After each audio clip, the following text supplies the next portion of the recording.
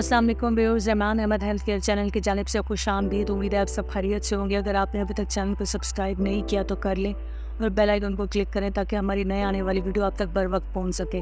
आज हम जिस टॉपिक पे बात कर रहे हैं, हमारी एक सीरीज़ चल रही है सी सेक्शन के बारे में। तो आज हम बात करते हैं कि सी सेक्शन के बाद जो है एक औरत अपना कैसे ख्याल रखे या उसको किस तरह से खुद को मेंटेन रखना होगा। सी सेक्शन के बाद जो लोग एक लंबे टाइम के लिए, ये 1 महीने के लिए बेड रेस्ट पर चले जाते हैं, तो ये एक गलत बात है। सी सेक्शन के बाद जो कंप्लीट बेड रेस्ट होता है वो सिर्फ 8 घंटे तक का होता है। यानी ऑपरेशन के बाद 8 घंटे तक कंप्लीट रेस्ट करना होता है। 8 घंटे के बाद अगर आपके सी सेक्शन में या आपके ऑपरेट में किसी किस्म की कोई कॉम्प्लिकेशन नहीं है तो आप डॉक्टर को बता सकते हैं। इसके बाद वो आपके पेशाब की नाली जो है वो निकाल देंगे। और पेशेंट को कहते हैं कि जब 6 से 8 घंटे के बाद जब पेशाब की नाली निकाल दी जाती है तो आपको अगर यूरिन पास करना होता है तो आप वॉशरूम जाएं और कमोड इस्तेमाल करें, क्योंकि कमोड पर जब आप बैठते हैं तो एब्डोमिनल के मसल्स जो हैं वो स्ट्रेच होते हैं और ये मरला जो है बहुत तकलीफ दे होता है। इसके बाद आपको वक्त के साथ साथ खाना पीना शुरू करवा दिया जाता है, लेकिन पहले लाइट खाना दिया जाता है। अगर आपको मैदे का मसला है तो आपको फिर ग्रीन टी या चाय से अवॉइड करने को कहते हैं और कोशिश करते हैं कि आपको स्प्राइट या 7 अप जो है वो दी जाए।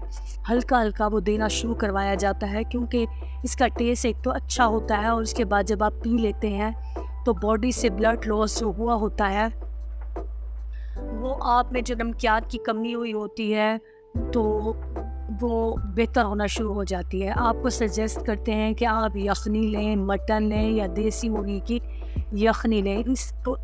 इससे आपको अपनी बॉडी में काफ़ी एनर्जी महसूस होती है।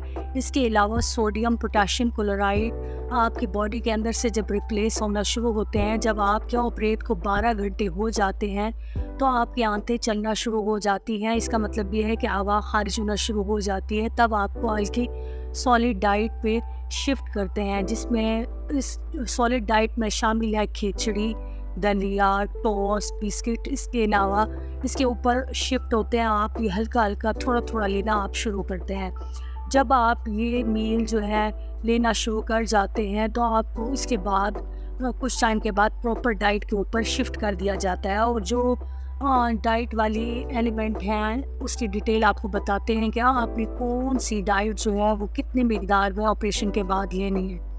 ऑपरेशन के पहले 7 दिनों के अंदर आपका ज़ख़म अंदरूनी और बैरूनी तौर पर कच्चा होता है।